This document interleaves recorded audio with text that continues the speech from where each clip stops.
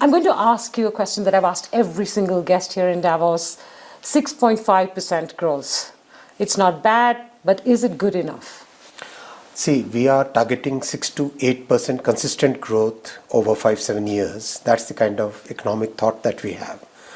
There will be cyclical variations over quarters, over a year or so, but the consistent growth rate, 6 to 8%, that is what we are targeting. So 6.5% then is in some ways the bottom end and an underperformance? Well, as I said, in this range, there will be variations, obviously, right? Right. But as long as we are getting 6 to 8% consistent growth rate over the next few years, it's good. It won't happen automatically. What do you hope the government will do to take us to the upper end of that band? We have had a very good investment program, and the way we have our Prime Minister's economic thought, his economic thought is based on 4 pillars. Yes. Public investment in social, digital and physical infrastructure, focus on innovation and manufacturing, inclusive growth and simplification. These are the 4 pillars of his economic thought, and that has given us good results in the last many years. That is going to continue to give us good results in the coming years. This may not be your sort of immediate or direct purview, but do you think that to move to 8% we might need a looser fiscal policy? Or do you think that some of the heavy lifting will have to be done by monetary policy? Or would you say it will just be organic? Listen, all the 3 levers, the fiscal policy, the monetary policy and the credit in the system, has to be managed in a very nice, harmonious way. Mm-hmm. We cannot say fiscal versus monetary or monetary versus credit, right? It has to be seen in the holistic sense. I would say, looking at the way our RBI has managed and the way the Finance Ministry has done a very comprehensively good job at managing all the 3 levers in a very nice way, we will continue to get the results that we want. So you don't expect, because we're 2 weeks before a budget, and the reason why I'm pressing on this is that you don't think that this is occasion for a fiscal policy push of any kind? Listen, let the budget come. Okay. You are the government representative here in Davos, so I must ask you that question. You don't think, you're an expert at this, so you don't think that we need a fiscal policy push at this time? Our fiscal policy push of about 11 trillion rupee investment is reasonably high level. Simultaneously, there is a lot of focus on the private investment, which is coming in manufacturing, which is coming in many services, which is coming in GCCs, which is coming in the housing sector. All that is, in any case, adding to the entire thing. So we are 320 trillion rupee economy today, 31% total investment. So that means about 90 trillion rupee investment is happening. Government investment of 11 to, and if you add the state and the other effective, total capex is of the order of 16 trillion rupees. Mm-hmm. Balance, all that is coming from the private investment. So that is working well, and I think that momentum should continue. We are seeing very good jump in the rural consumption. We are seeing sectorally very balanced kind of growth. Employment generation is of the order of 1.5 million a month. Formal jobs, 1.4 million a month formal jobs. So I would say that we should stay course and we should do more simplification, which is what we are doing right now. Lots of laws taken out of the statute book, new laws being written. So the reforms in the legal structure also is very important for the economy. So all that is happening in a very, I would say, a harmonious way. So, and should not be changed. That is as close a view I will get of the budget as a citizen.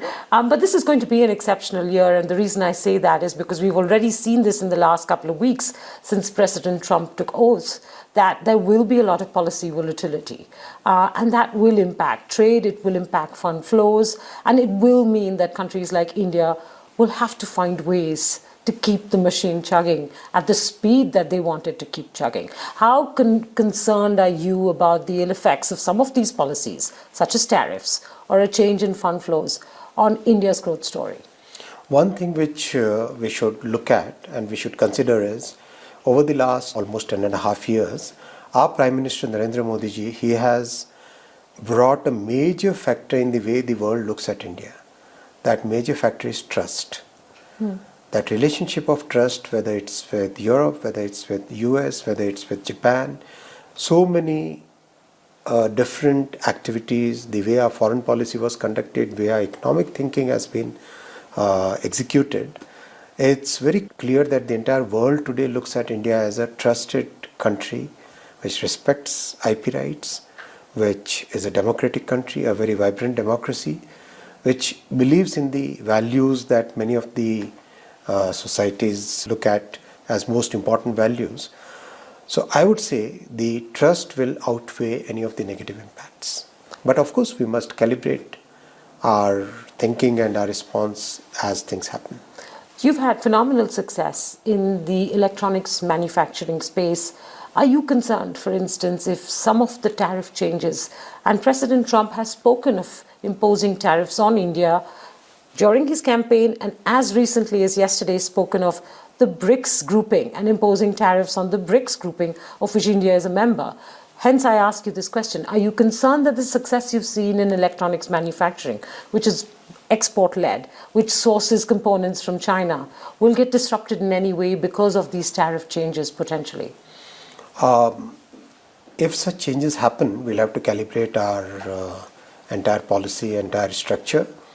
As of now, I don't see that as a major threat because, one, we have a very strong talent base, very strong design base.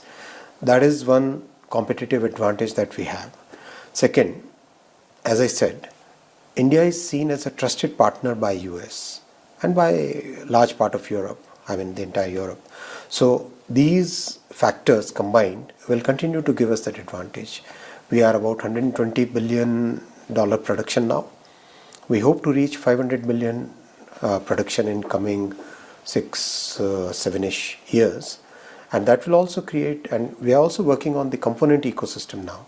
So getting the component ecosystem in India would mean a lot of these uncertainties get hedged, gets mitigated. Okay, so do you think that maybe your government is likely to respond like China has done? We heard from the vice deputy of, in Davos yesterday, where he said that China is keen to import more. Do you believe that India might also look to mollify President Trump by seeking to import more from the US, by reducing certain tariffs? Of course, there will be discussions on commerce. There would be discussions on what we sell, what we buy. All those things will happen. They are already happening. Any specific I wouldn't like to developments that you could point to saying, but India will seek to reciprocate and mollify President Trump so as to spare itself from any kind of adverse tariff action? All relationships are based on mutual respect and mutual trust. So we will look to cut customs duties? I'll put it as simply as that. I wouldn't like to respond in that way. I would like to say that yes, all discussions will happen looking at the holistic needs of both the countries, and accordingly we'll take decisions. Okay, speaking of geopolitics, I want to ask you one more question. Bloomberg has reported this, that large companies like Apple and others have found it a challenge to be able to source components from China, source sort of trained personnel from China. I know this is a question you get asked often, but what is your ministry and government doing to help mitigate that situation? So if you look at today, apart from the final product, the value chain and the component and the module ecosystem, there are so many Indian companies which have developed over the last few years, where they've gone up the learning curve, they have established themselves as very reliable suppliers to large iPhone and other smartphone manufacturers. So that is a trend which is already there. And as I said, we are focusing on getting the entire component ecosystem in the country, so that the passive components, the sub-modules, the active components are part of the semiconductor program. That entire component ecosystem gets developed, and countries have taken, at least our country has taken very consistent stand on this, consistent efforts on this have already been made. Sure. So I don't see that as a very big risk. Yeah, but Minister, to be able to build the factories that actually manufacture the components, the capital machinery, much of it comes from China. And from what we understand, China is blocking sort of the movement of some of that machinery to India. China is blocking the movement of trained personnel that can operate that machinery to be able to build those components. So I'm wondering if the government is in conversation or looking for alternate ways to mitigate this situation. Of course, there are conversations going on, and of course there are engagements on this. These are matters which every government wants to engage with every other government.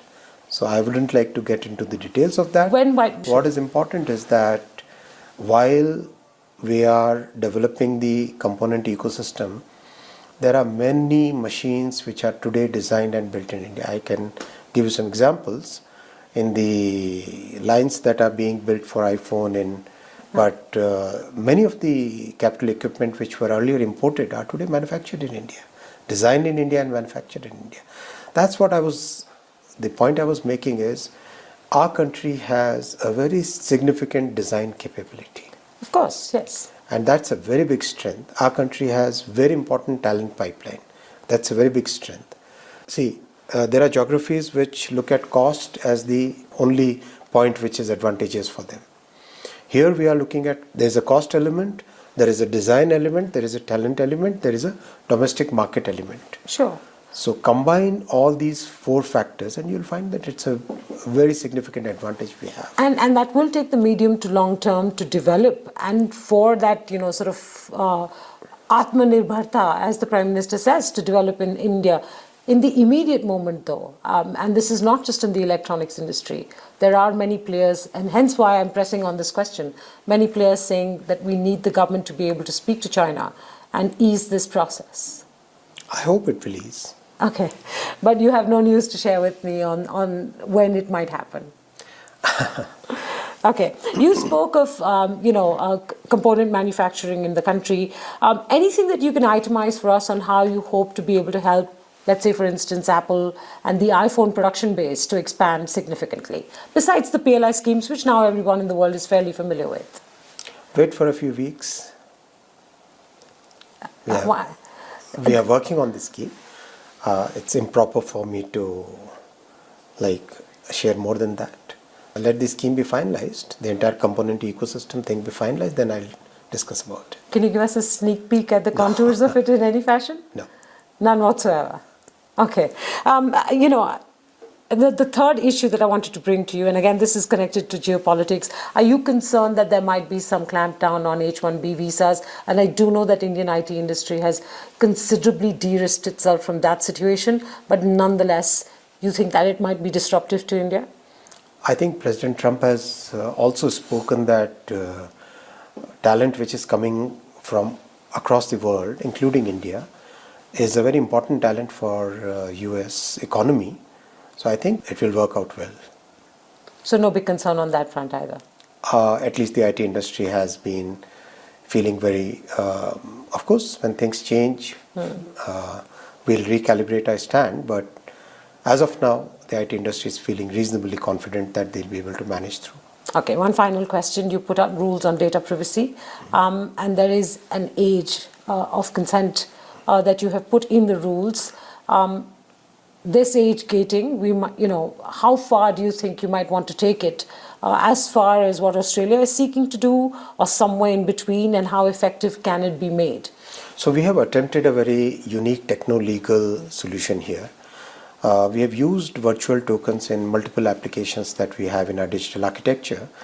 And we thought that instead of having a hard-coded stuff like what Australia has done, it's much better to have a more nuanced approach. The approach in which we look at the use cases which are harmful for children and try to protect the children from those use cases. Okay. And our approach is that innovation and the benefit of technology should be harnessed to its maximum, right? So children who get the benefit of technology, let's say in education, let's say in learning, let's say in getting exposed to the new technologies, in expressing their creative talents, why should we deny the children of that? That's why we have kept this very unique way. We are attempting to use virtual tokens, which will be very use case focused. It won't be a one brush paints the entire thing. It's going to be very, very focused and very nuanced way of child catering. Would it be fair to describe this as an experimental approach? Because the trade-off in this could be effectiveness, right? And I'm guessing that's sort of well thought through trade-off at this point in time. In the world of technology, things evolve every week, every quarter, every month. So that's why we didn't hard code anything in our digital personal data protection bill and the rules. We have kept it very principles based, we have kept it minimalist, we have kept it non-prescriptive, we have kept it in a way that it evolves with the technology, it evolves with practice, it evolves with the way users and the regulators use it. Okay. Minister Vaishnav, you get asked a lot of questions on electronics, IT. These are all the, the bright new industries to talk about. Not enough questions on railways. I know it is a gigantic task to reform the railways. Can you enumerate just one or two or three things that we can look forward from the railway sector in the course of this year that will change not just the traveller experience, but the way you're putting capital to work in the railway sector as well? Absolutely, and railway is a very important part of the economy. Yes. The cost of logistics can be reduced only by having larger share of rail transportation, because rail transportation is close to, it's like 40% of the road transportation and 95% less polluting. Yes. So it's very important to have rail transportation as a significant part of the economy. Our Prime Minister has put very big focus on expanding railway, number one. Number two, on electrifying it. Number three, on getting the new technologies, right? So expanding, last year we added 5,300 kilometers of new railway tracks. To give you a perspective, countries like Belgium, Switzerland, the network is 5,000 kilometers, right? So adding that kind of network every year. We have electrified practically 97% of the railway network by now, and in the 10.5 years we have electrified 45,000 kilometers of railway network. That's more than the network of Germany. So it's very large effort which has really helped the railway network to be able to meet the demand of users significantly better than what it was 10 years ago. So last year we carried 1.6 million tons of cargo. That's huge. And the incremental cargo that we are adding every year is very significant compared to the years before that, right? Like it used to be 5-10 million every year addition 10 years ago. Now it is some years it is 100 million ton addition, some years it is 40 million ton incremental cargo addition over a much larger base, right? So that means we are able to cater to the demand in a significantly better way. The passenger demand also we are meeting in a very significantly better way, right? So last year we carried 695 crores, so just short of 7 billion people. So, and we are adding that this year also it will be significantly more than that. So increasing capacity. But you've made changes there, right? So the feedback seems to be there aren't enough trains for general passengers, and then the distribution has moved more towards the higher paying luxury routes, right? No, it was a wrong narrative. Let me clarify that. See, when you have LHB coaches, which are good, safer coaches, then you have to have power cars. So that's why this distribution had, some people started questioning it, but the distribution has always been 2/3 non-AC coaches and 1/3 AC coaches. That has been the distribution. And it remains that way. It remains that way. You haven't changed the proportion in any fashion. But we have added now special program for general coaches, so that more and more people who would like to travel when they are not able to reserve a ticket, right, they should also be able to travel. And especially the low income families should be able to travel. But apart from that, we have also taken up a program for 4 new types of trains. Okay. Vande Bharat chair car, all of us know about it, right? Vande Bharat Sleeper, again, now done, testing in the final phase. Amrit Bharat trains are like 22 coaches, 11 coach sleeper, 11 coach general. Right. So that is like 1,000 kilometers, 450 rupees. And the seat quality, everything is absolutely like a Vande Bharat train, right? So we are focused on making sure that the citizens at the bottom of the pyramid, the families which are having the lowest income, they should also be getting very dignified travel service. And these are the efforts we are making for short distance, for mid distance, for long distance. Is there a number I can put to it so that it's easy for people to understand, saying this is the additional capacity you're adding to general travel, or for, So general coaches we are adding in this financial year by 31st March, we would have added about 1,500 coaches. Okay. And that would be what percentage of the total coaches, sir? that would be of the total coaches about 12% or maybe 9%. Okay, 9%. so you've enhanced the general category capacity by almost a tenth. Yeah. And in this particular fiscal, and in the next fiscal, will that continue? Another tenth is that will continue. Simultaneously, other trains are also getting built. Okay. So it's going to be more or less 2/3, 1/3 in that range. A bit of more skew towards non-AC coaches. But then actually we are adding both. We are adding both almost equally. Okay. Yeah, because we And the need deployment of Kavach? it's rapidly progressing. What's the milestone for this year, sir? See, we finalized the design of Kavach 4.0 July 2024. Right. And after that, we have taken up a program for 10,000 locomotives to be fitted with Kavach and about 15,000 kilometers to be fitted with Kavach. This coming or the calendar year 2025, we should be able to do about 4,000 odd new locomotives to be fitted with Kavach. And the experience of the initial deployments is very, very good. The drivers, they say that this is a Kavach for the family, because you can see the signal 10 kilometers ahead, right? Yeah. And the Kavach applies the brakes automatically. It's a very good design, very good technology, significant, and there is a lot of interest from other global players now. Yes, of course. They would like to export it in a few years. Okay. One final question. What are the key milestones for you to judge that your semiconductor mission is achieving the success that you sought for it and is justifying the large investments, because there is a very big incentive or subsidy that the government is putting into this? What are those milestones that will justify this large amount of public money that's going into building out India's semiconductor capabilities? First, getting the fab in place. Okay. Second, absorbing technology, understanding technology Dates, very well. give me, and you have timelines that go with this? Yeah, the Like first fab should be ready by 2026 end. Okay. And 5 semiconductor units that we are right now constructing. Right. The first chip should roll out in August or September this year, Okay. 2025. And understanding the technology of 28 nanometers and above, and absorbing and then moving on to the higher nodes would, I would say, in the time frame of 26 and 27. Okay. And simultaneously, we would also now like to look at the next phase, which is getting the equipment manufacturers, getting the chemicals and gas manufacturers to set up their bases in India. Right now they are looking at joint ventures. Today morning we had the semiconductor roundtable, and it was amazing vote of confidence in our program.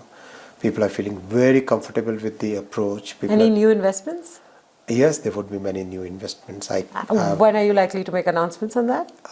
Generally, I would like to make the announcements after the investments have been finally signed. Okay. But these are in the chemical space, as you were pointing out, and the broader ecosystem? Both in chemical space, in equipments, and in design. And can you give us an idea of what scale these investments might be of? In the region of a few billion? Let me not speculate on that. Let the numbers come as But surely you've already studied what it will take to set up any capacity minimum required for this. So would it be in the region of what, $5 to $7 billion? Let me not speculate. By when do you think you might be able to? Let the announcements, let actual work being done, and then of course you would come to know. Bloomberg would come to know, right? But by when do you expect to be able to make these announcements? Then we are also looking at 25 odd products to be designed. Okay. And IP rights within the country, because this is chip design. Yeah, chip design. Okay. Yeah. So we are working on many of these interesting concepts. Let's see. The progress is good so far, and the industry is very supportive. Okay, so that's the 5 milestones that you will be judging the success of your semiconductor mission. I can try one more time though, if you can give me an investment figure of the additional investment you expect in this space. All right. Minister Vaishnav, thank you very much for your time. Thanks very much for speaking to us here at Bloomberg. Thanks. Thank you.